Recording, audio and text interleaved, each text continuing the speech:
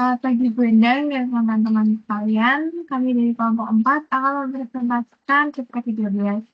Sebelumnya, izin memperkenalkan diri, aku Yusita Dinasari. Aku Rosalinda Wijaya. Aku Fioren Caroline. Aku Astrid Ratu Keza Devina.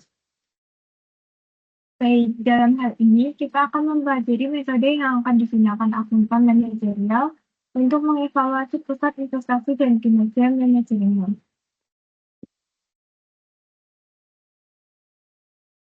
Bagian besar organisasi besar itu terdesentralisasi. Desentralisasi memanfaatkan pengetahuan dan keterampilan khusus para manajer yang memungkinkan organisasi untuk merespon peristiwa dengan cepat dan menghilangkan kebutuhan manajemen puncak atau top manajemen untuk mengarahkan aktivitas organisasi sehari-hari. Tantangan terbesar dalam membuat organisasi yang terdesentralisasi berfungsi secara efektif adalah untuk mencapai keselarasan tujuan di antara para manajer otonom organisasi tersebut. Beberapa keuntungan dari mendorong pengambilan keputusan ke tingkat manajer yang lebih rendah. Yang pertama, memungkinkan manajer untuk merespon peristiwa dengan lebih cepat. Dua, menggunakan keterampilan dan skill para manajer tersebut. Lalu yang ketiga, membebaskan manajemen puncak untuk fokus pada perencanaan jangka panjang dan tujuan strategis lainnya. Selanjutnya ada goal congruence atau kesesuaian tujuan diperoleh ketika para manajer subunit berusaha mencapai tujuan yang ditetapkan oleh manajemen puncak. Untuk memperoleh atau mempertahankan goal congruence dengan pendekatan manajerial luas disebut manajemen by objective atau MBO. Manajer berpartisipasi dalam menetapkan tujuan yang kemudian ingin mereka capai yang dinyatakan dalam istilah finansial atau kuantitatif lainnya, dan responsibility accounting system digunakan untuk mengevaluasi kinerja dalam mencapai tujuan tersebut. Selanjutnya, mengukur kinerja di pusat investasi atau measuring performance in investment centers. Sistem akuntansi dan manajerial suatu organisasi biasanya beradaptasi dan menjadi lebih kompleks seiring pertumbuhannya. Manajer pusat investasi membuat keputusan yang mempengaruhi laba dan modal yang diinvestasikan. Untuk mencapai keselarasan tujuan perusahaan, manajer subunit atau pusat investasi seringkali diukur. Ada beberapa cara untuk mengukur kinerja pusat investasi. Ini termasuk dengan return on investment atau ROI, residual income atau RI, dan economic value added atau EVA. ROI atau Return on Investment dihitung hanya dengan membagi laba bersih pusat investasi dengan jumlah yang diinvestasikan pada divisi tersebut. Angka ROI dapat dibagi menjadi dua pengukuran yang mendalam, dari sales margin dan rasio omset atau turnover ratio. Menulis rumus ROI sendiri dengan cara ini menyoroti faktor-faktor yang menentukan laba di atas investasi suatu divisi. Pendapatan dibagi dengan pendapatan penjualan disebut sales margin. Istilah ini mengukur presentasi setiap gelar perusahaan yang tersisa sebagai laba setelah seluruh biaya ditanggung. Pendapatan penjualan dibagi dengan modal yang diinvestasikan disebut dengan turnover capital. Istilah ini berfokus pada jumlah dolar penjualan yang dihasilkan oleh setiap dolar modal yang diinvestasikan. Lalu, pertanyaan pentingnya bukanlah berapa banyak keuntungan yang diperoleh setiap divisi, namun seberapa efektif setiap divisi menggunakan modal yang diinvestasikan untuk memperoleh keuntungan. Perhatikan bahwa suku pendapatan penjualan atau sales revenue hilang pada penyebut dan pembilangnya bila kedua pecahan sebelah kanan dikalikan. Jadi dapat dilihat pendapatan sebesar 6.750 dibagi dengan modal yang diinvestasikan sebesar 45 juta menghasilkan ROI divisi Atlantik sebesar 15%. Selanjutnya ada economic value added measure. Biaya modal rata-rata tertimbang dihitung dengan mengambil biaya hutang setelah pajak dikalikan nilai utang dan menambahkannya ke biaya ekuitas, dikalikan nilai ekuitas. Hasil ini kemudian dibagi dengan utang ditambahkan dengan ekuitas.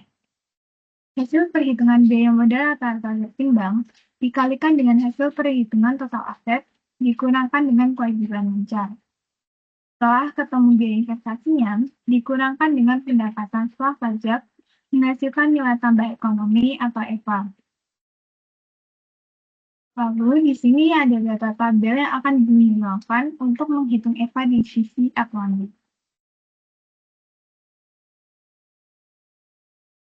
Yang pertama itu menghitung biaya modal rata-rata seimbang atau average cost of capital. Interest rate on sunk cost debt adalah 9%, lalu dikalikan dengan gabungan tarif pajak atau tax rate dijumlah 30%. Lalu, after tax cost of debt sunk cost sebesar 6,3% dikalikan dengan market value sunk cost debt sebesar 40 juta.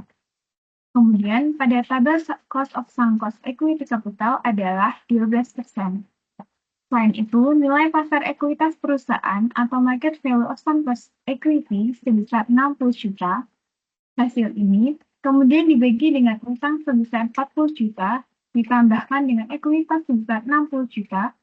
Perhitungan ini menunjukkan bahwa biaya modal rata-rata seimbang untuk Atlantik adalah 9,72% atau 0,0972. Lalu dilanjutkan dengan menghitung biaya investasinya. Biaya investasi dihitung dengan mengalihkan kekayaan bersih divisi dari aset sebesar 45 juta dikurangi dengan kewajiban sebesar 600.000. Lalu dikalikan dengan biaya modal rata-rata tertimbang sebesar 0,0972 dihitung pada slide sebelumnya. Ini kemudian dikurangkan dengan 4.725.000 dari perhitungan pendapatan sebelum pajak Atlantik sebesar 6.750.000, lalu dikalikan dengan tax rate sebesar 30% dan menghasilkan nilai tambah ekonomi sebesar $400.090.320. Selanjutnya akan dijelaskan oleh rekan saya. Pada bagian ini, saya akan menjelaskan tentang bagaimana seorang manajer dapat meningkatkan ROI dengan meningkatkan margin penjualan atau perputaran modal. Next. Beberapa hal yang dapat dilakukan manajer untuk meningkatkan ROI pusat investasi mereka adalah yang pertama dengan meningkatkan harga penjualan, mengurangi biaya pusat atau mengurangi jumlah yang diinvestasikan di subunit. Jika menaikkan harga penjualan, manajer divisi harus berhati-hati agar tidak kehilangan penjualan hingga menyebabkan total pendapatan penjualan menurun. Demikian pula mengurangi biaya tidak boleh mengurangi kualitas produk, layanan pelanggan, atau suasana toko secara keseluruhan. Semua perubahan ini juga dapat mengakibatkan hilangnya pendapatan penjualan. Mengurangi persediaan untuk mengurangi investasi dapat menyebabkan kehabisan stok dan kehilangan penjualan, dan lorong yang penuh sesak dapat mengusir pelanggan. Cara alternatif untuk meningkatkan ROI adalah dengan meningkatkan perputaran modalnya, dengan meningkatkan pendapatan penjualan atau mengurangi modal yang diinvestasikan. Next.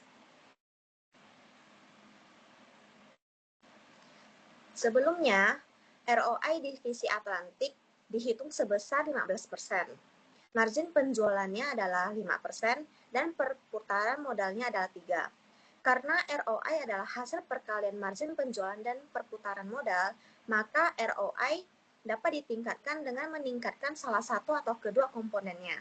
Misalnya, jika manajer divisi meningkatkan margin penjualan divisi menjadi 6% sambil mempertahankan perputaran modal konstan pada 3, ROI divisi akan naik menjadi 15%, akan naik dari 15% menjadi 18%.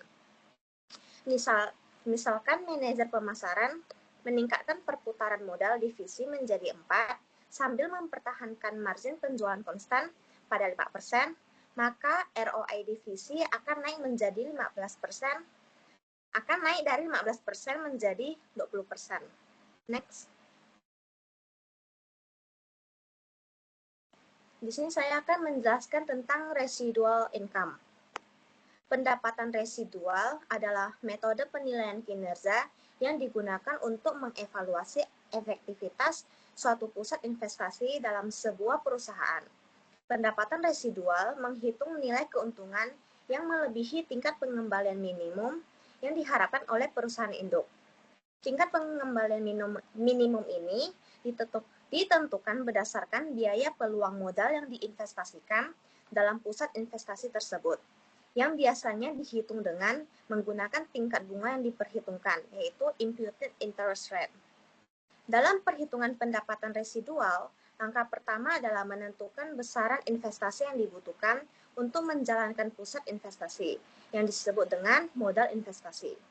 Modal ini kemudian dikalikan dengan tingkat bunga yang diperhitungkan, yang mewakili tingkat pengembalian minimum yang diharapkan oleh perusahaan induk. Hasil dari perkalian ini adalah biaya investasi, yaitu biaya yang harus ditutupi oleh pusat investasi untuk mencapai tingkat kinerja minimum yang ditetapkan. Setelah biaya investasi ditentukan, langkah berikutnya adalah mengurangi biaya ini dari laba pusat investasi. Pendapatan residual diperoleh dari selisih antara laba pusat investasi dengan biaya investasi. Jika hasilnya positif, maka pusat investasi berhasil memberikan pengembalian yang lebih tinggi dari tingkat minimum yang diharapkan. Namun, jika hasilnya negatif, maka kinerja pusat investasi dianggap tidak memenuhi ekspektasi perusahaan induk karena tidak mampu menutupi biaya investasi yang telah ditetapkan. Next. Di sini adalah contoh dari residual income. Sebuah perusahaan dapat berinvestasi dalam sebuah proyek yang akan menghasilkan laba sebesar 25.000. Investasi tersebut akan menelan biaya sebesar 100.000 dan memerlukan laba sebesar 20% atas investasinya. Next. Di sini adalah cara perhitungan dari residual income dari contoh sebelumnya. Dalam contoh ini, perusahaan memiliki standar tingkat pengembalian minimum sebesar 20%. Untuk menentukan apakah investasi dapat diterima, perusahaan menghitung biaya investasi dengan mengalihkan modal investasi dengan tingkat pengembalian minimum ini. Dengan modal investasi sebesar 100.000 dan tingkat pengembalian yang disyaratkan sebesar 20%, biaya investasi yang dihitung adalah 20.000. Ini berarti bahwa agar investasi tersebut layak, perusahaan mengharapkan keuntungan minimal 20.000. Pada kenyataannya, investasi ini menghasilkan keuntungan sebesar 25.000, yang lebih tinggi daripada biaya investasi yang telah dihitung. Selisih antara pendapatan investasi yaitu 25.000 dan biaya investasi 20.000 ini disebut sebagai pendapatan residual, yang dalam hal ini bernilai 5.000. Pendapatan residual positif ini menunjukkan bahwa investasi tersebut menghasilkan lebih dari yang diharapkan, sehingga dianggap menguntungkan bagi perusahaan. Next.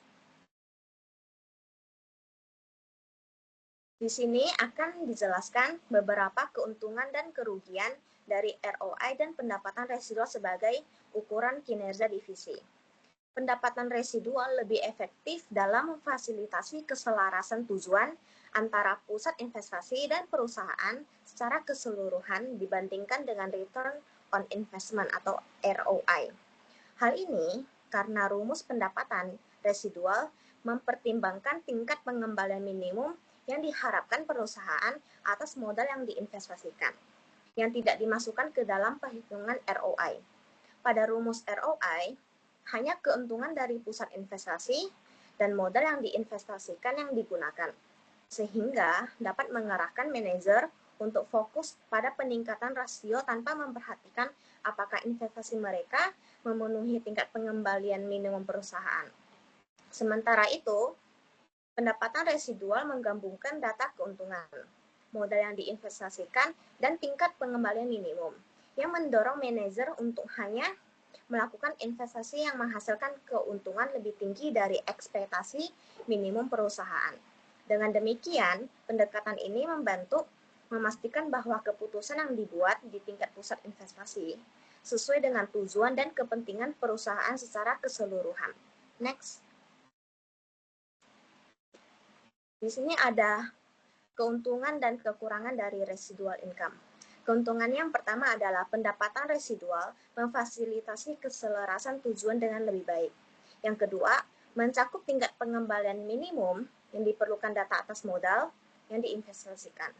Sayangnya, pendapatan residual juga memiliki kelemahan, yaitu pendapatan residual tidak boleh digunakan untuk membandingkan kinerja pusat investasi dengan ukuran yang berbeda karena pendapatan residual tersebut menggabungkan bias yang menguntungkan pusat investasi yang lebih besar. Selanjutnya akan dilanjutkan oleh rekan saya. Baik, sekarang saya akan menjelaskan bagaimana cara mengukur pendapatan divisi dan modal yang akan diinvestasikan. Next.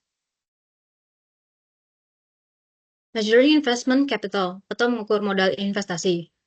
Sebelum mengukur investasi modal, ada 3 hal yang harus dipertimbangkan. Masalah pertama berkaitan dengan aset divisi mana yang harus dimasukkan dalam pengukuran. Berapa total aset produktif, total aset dikurangi kewajiban, berapa aset yang dapat dikendalikan. Sebagai aturan umum, hanya aset yang berada di bawah kendali manajer yang harus diukur. Next.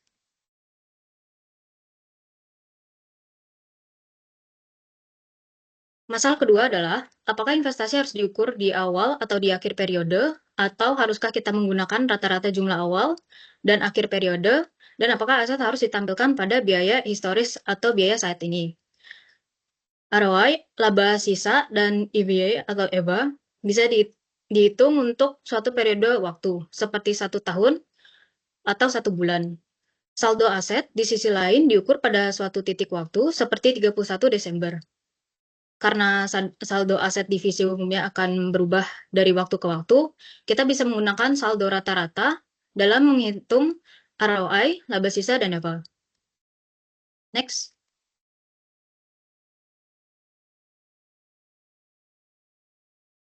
Masalah ketiga adalah nilai kotor atau nilai buku.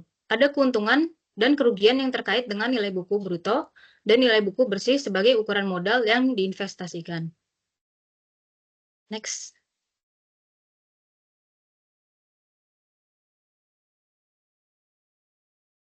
Nilai buku bruto atau neto. Di sini bisa kita lihat ada salah satu contoh soal. Yang pertama itu, sebuah perusahaan sedang mempertimbangkan sebuah investasi yang diproyeksikan akan menghasilkan laba operasional sebesar $25.000 sebelum penyusutan untuk 3 tahun ke depan. Yang kedua, pada awal tahun pertama, mereka akan menginvestasikan $100.000 pada sebuah aset yang memiliki masa manfaat 10 tahun tanpa nilai sisa. Penyusutan garis lurus digunakan. Yang ketiga, mereka menghitung ROI berdasarkan nilai aset pada akhir tahun. Next.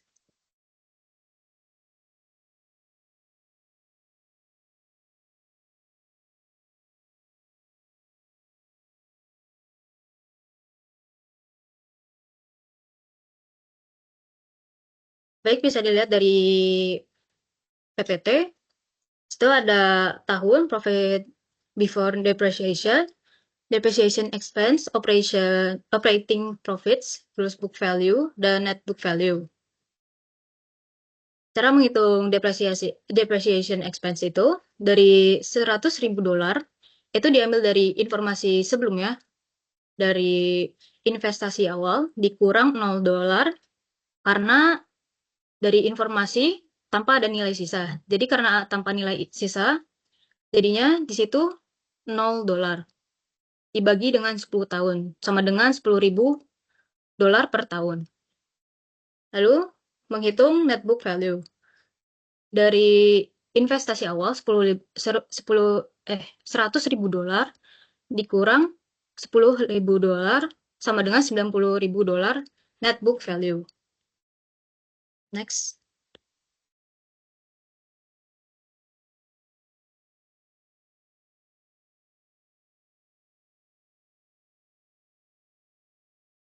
Baik, di sini bisa dilihat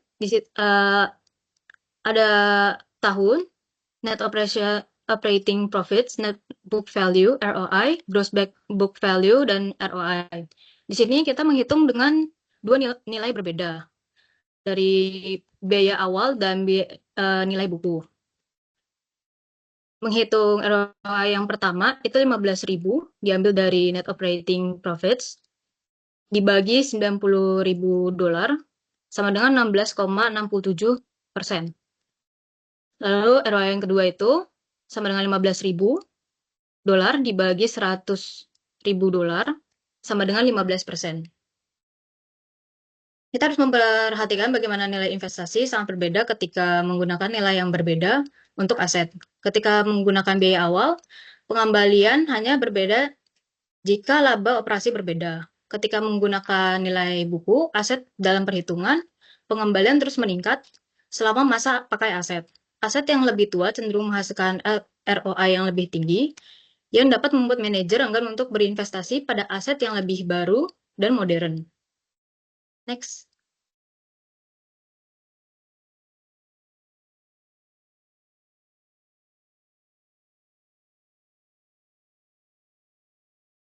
Measuring investment center income. Manajer divisi harus dievaluasi berdasarkan margin laba mereka yang mereka kendalikan, kecuali biaya yang akan saya sebut. Yang pertama, biaya yang dapat ditelusuri ke divisi tetapi tidak dikendalikan oleh manajer divisi. Yang kedua, biaya umum yang terjadi di tempat lain dan dialokasikan ke divisi. Masalah utamanya adalah kemampuan kontrol. Kinerja manajer divisi harus diukur hanya pada aset yang dapat mereka kendalikan. Kinerja divisi tidak boleh diukur dengan menggunakan biaya atau biaya yang dialokasikan. Next.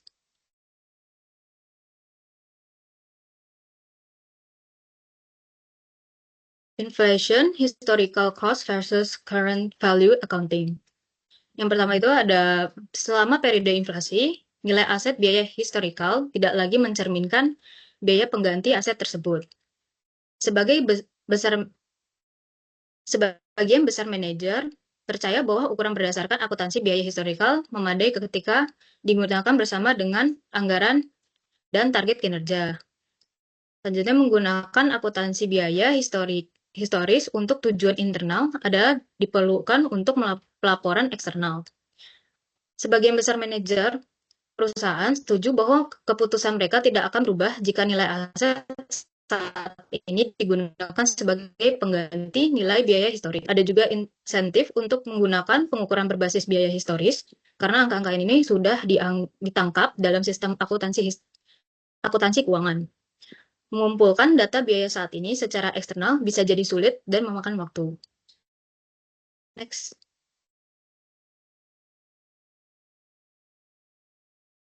Other issue in segment performance evaluation. Yang pertama itu ukuran kinerja jangka pendek versus ukuran kinerja jangka panjang. Kedua, pentingnya informasi non-keuangan seperti posisi pasar, kepemimpinan produk, produktivitas, sikap karyawan. Meskipun ukuran keuangan seperti laba segmen ROI, laba residual, dan EVA digunakan secara luas dalam evaluasi kinerja, ukuran non-keuangan juga penting. Evaluasi jangka pendek cenderung mengabaikan hal-hal seperti waktu arus kas. Beberapa investasi yang sangat bagus mungkin membutuhkan waktu sebelum menjadi menguntungkan. Teknik jangka pendek mengabaikan fakta-fakta seperti tersebut. Produsen juga mengumpulkan data non-finansial seperti tingkat produk yang cacat, maskapai penerbangan mencatat informasi tentang tas yang hilang, dan penundaan pesawat, dan hotel mencatat tingkat hunian.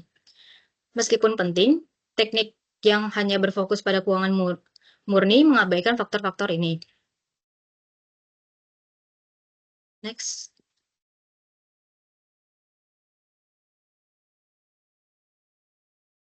Measuring performance non-profit organization.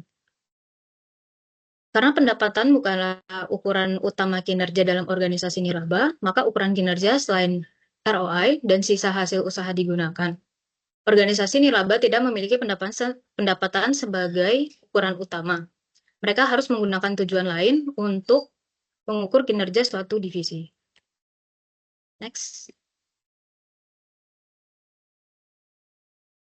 Baik, selanjutnya saya akan menjelaskan cara menggunakan aturan ekonomi umum untuk menetapkan harga transfer yang optimal. Next. Goal congruence.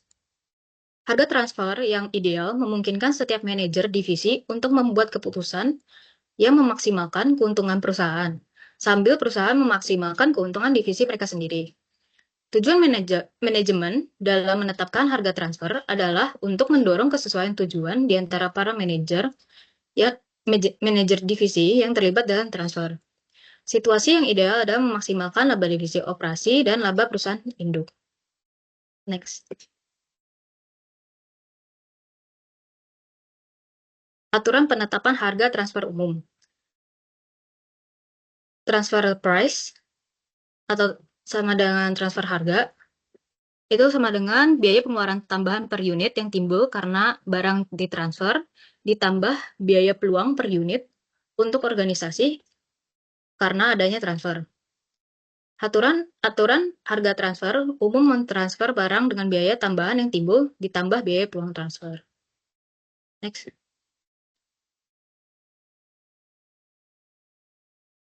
Skenario pertama. Tidak ada kelebihan kapasitas. Outlay cost, termasuk standar variable cost of production, 7.00 per rak, dan standar variable cost of transportation, 25 per rak. Total outlay cost-nya sama dengan 7.25 per rak dolar. Itu karena 7.00 dan 25.0 ditambah. Karena di total. Opportunity cost-nya, selling price per unit in external market, 11.00 per rak, less variable cost of production, dan transportation, 7.25 per rak, itu opportunity cost-nya antara selling price dan less variable cost itu dikurang. Jadi hasilnya itu 3.75 per rak. Jadi transfer price-nya sama dengan 11.00 dolar, sama dengan outlay cost-nya 7.25 dolar, ditambah opportunity cost-nya 3.75 dolar. Misalkan divisi pengolahan makanan dapat menjelaskan semua roti. Dari produksinya kepada pembeli luar dengan harga pasar 11 dolar per rak, karena divisi ini dapat menjual semua produksinya, maka divisi ini tidak memiliki kelebihan kapasitas. Kelebihan kapasitas hanya terjadi jika lebih banyak orang dapat memproduksi daripada dapat dijual oleh produsen, karena rendahnya permintaan terhadap produk tersebut. Next.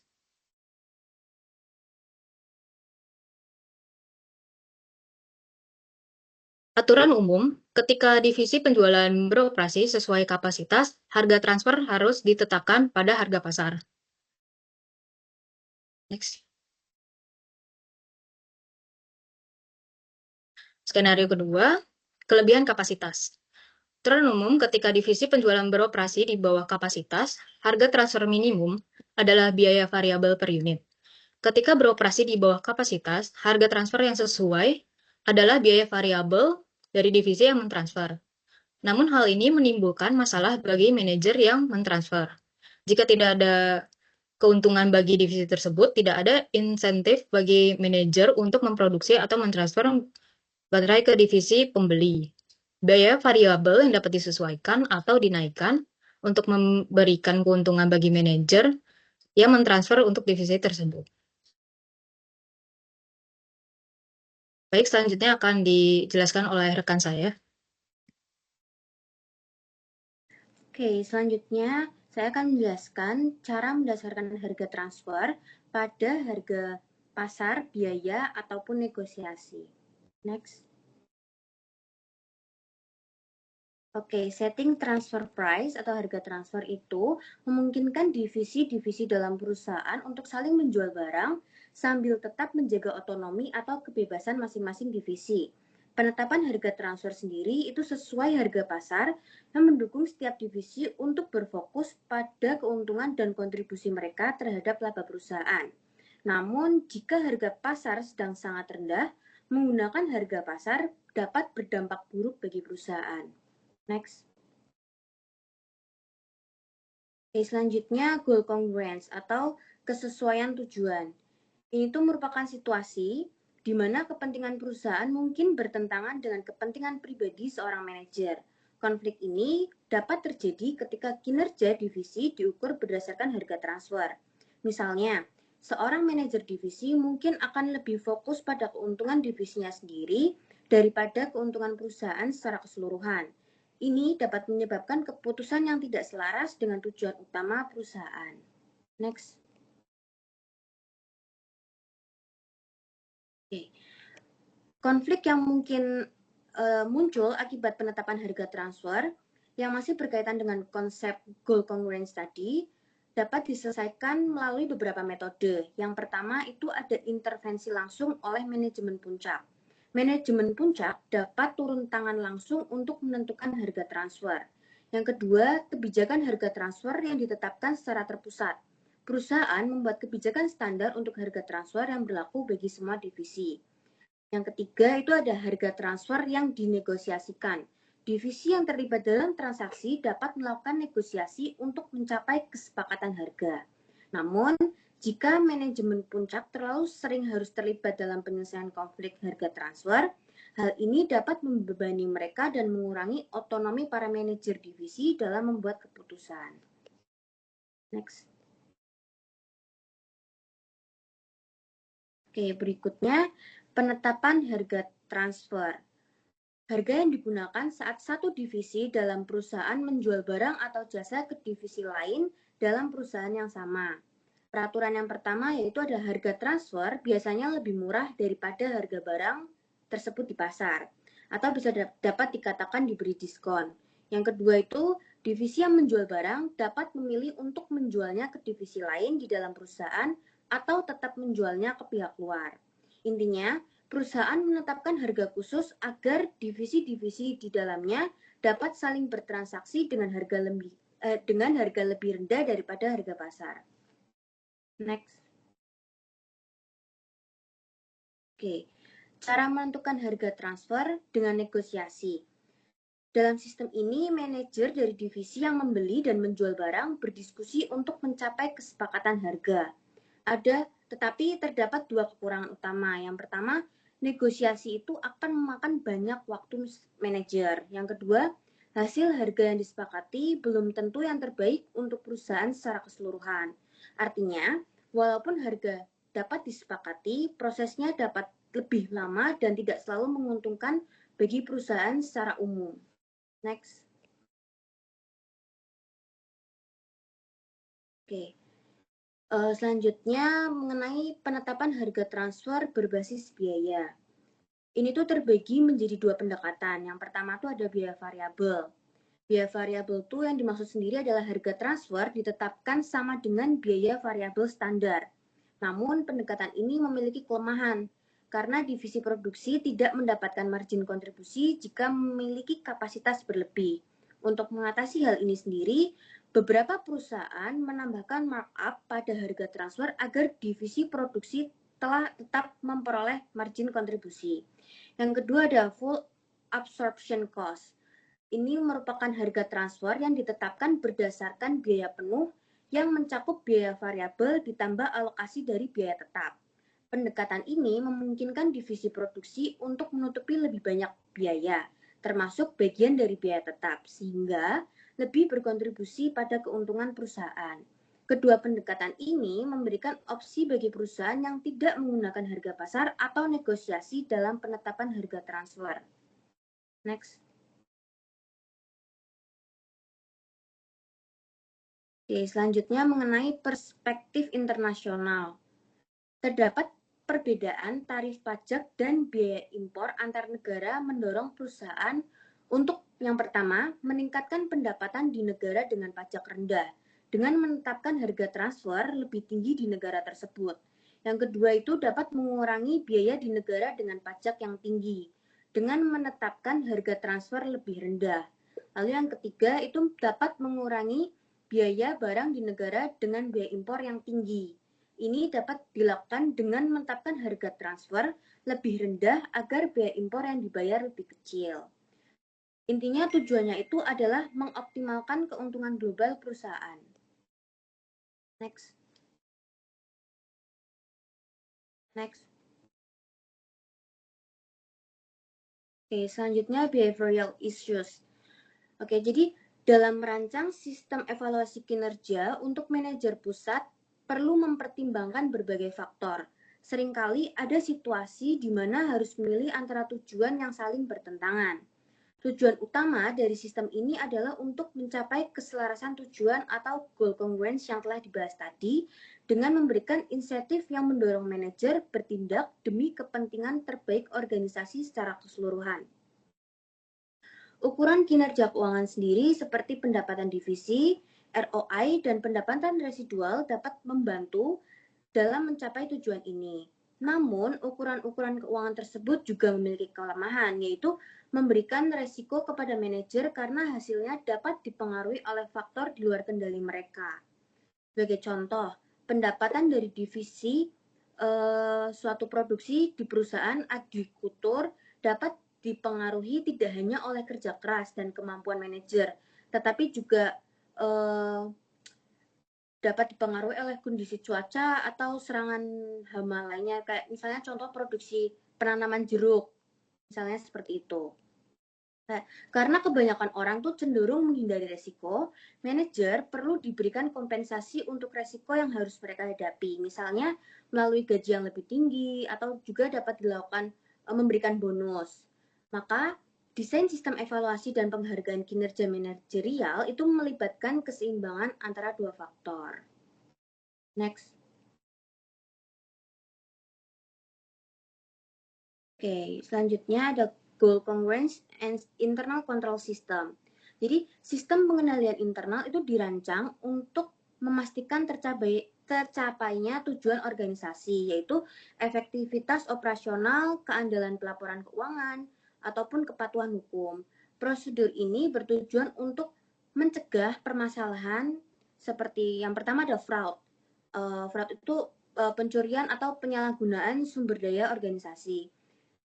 Dapat dicegah dengan prosedur yang jelas, misalnya cek besar harus disetujui oleh 2 orang. Lalu yang kedua ada corruption, penyajian keuangan yang salah. Ini dapat mencegah laporan keuangan yang salah dengan audit internal yang memeriksa keakuratan catatan keuangan. Oke, selanjutnya ada financial misrepresentation atau penyajian keuangan yang salah. Ini dapat mencegah laporan keuangan yang salah dengan audit internal yang memeriksa keakuratan catatan keuangan. Lalu yang terakhir ada tindakan tanpa izin. Itu dapat mencegah tindakan yang tidak sah oleh karyawan seperti penggunaan fasilitas perusahaan untuk tujuan pribadi. Jadi untuk efektif, sistem ini memerlukan dukungan penuh dari manajemen puncak dan penegakan terhadap pelanggaran.